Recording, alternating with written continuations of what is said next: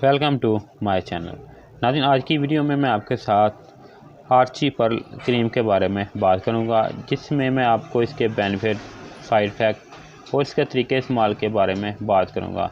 बहुत से लोग जो हैं गलत तरीके से इसको इस्तेमाल करते हैं। आज मैं आपको एक ऐसा तरीका बताऊंगा जिसके में आपको इसके बहुत ही अच्छे जो हैं रिज़ल्ट मिलेंगे। तो नाज़रीन, इसलिए आप वीडियो को मुकम्मल देखें ताकि कोई भी चीज़ आप मिस ना कर सकें और आपको तफसील से पता चल जाए कि इस क्रीम का इस्तेमाल किस तरह करना है। सबसे पहले नाज़रीन, इसकी पैकिंग को जान लेते हैं। इस तरह की पैकिंग में ये मार्केट में दस्तयाब है। जैसे सब लोग जानते हैं, ये किसी तरफ की मोहताज नहीं, काफ़ी मशहूर और पुरानी क्रीम है। नाज़रीन, ओरिजिनल और फेक की बात करें तो एक मुकम्मल मैं इस पे वीडियो बना चुका हूँ आर्ची पर्ल के ओरिजिनल और फेक के ऊपर। अगर अभी तक आपने मेरी वो वीडियो नहीं देखी तो नीचे डिस्क्रिप्शन में मैं इसका लिंक दे दूँगा उस वीडियो का, तो आप वो जाके देख लें अगर आपने देखनी हो।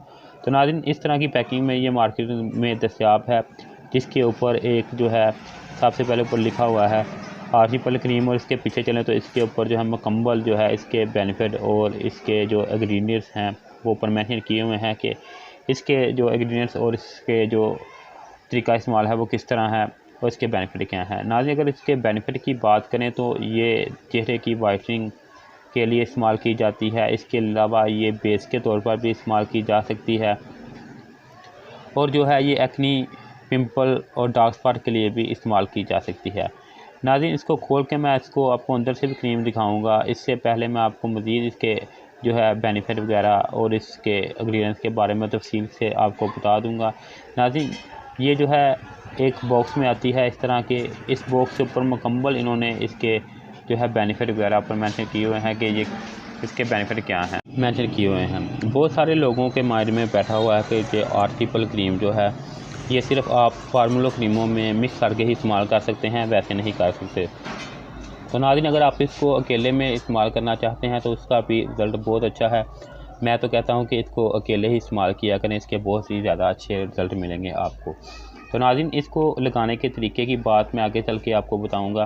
पहले मैं बता देता हूं कि ये जो क्रीम है ये थाईलैंड की है, और इसको आप बेस के तौर पर भी इस्तेमाल कर सकते हैं, वाइटनिंग के तौर पर भी इस्तेमाल कर सकते हैं, एक्ने डार्क स्पॉट को ख़त्म करने के लिए भी इस्तेमाल कर सकते हैं।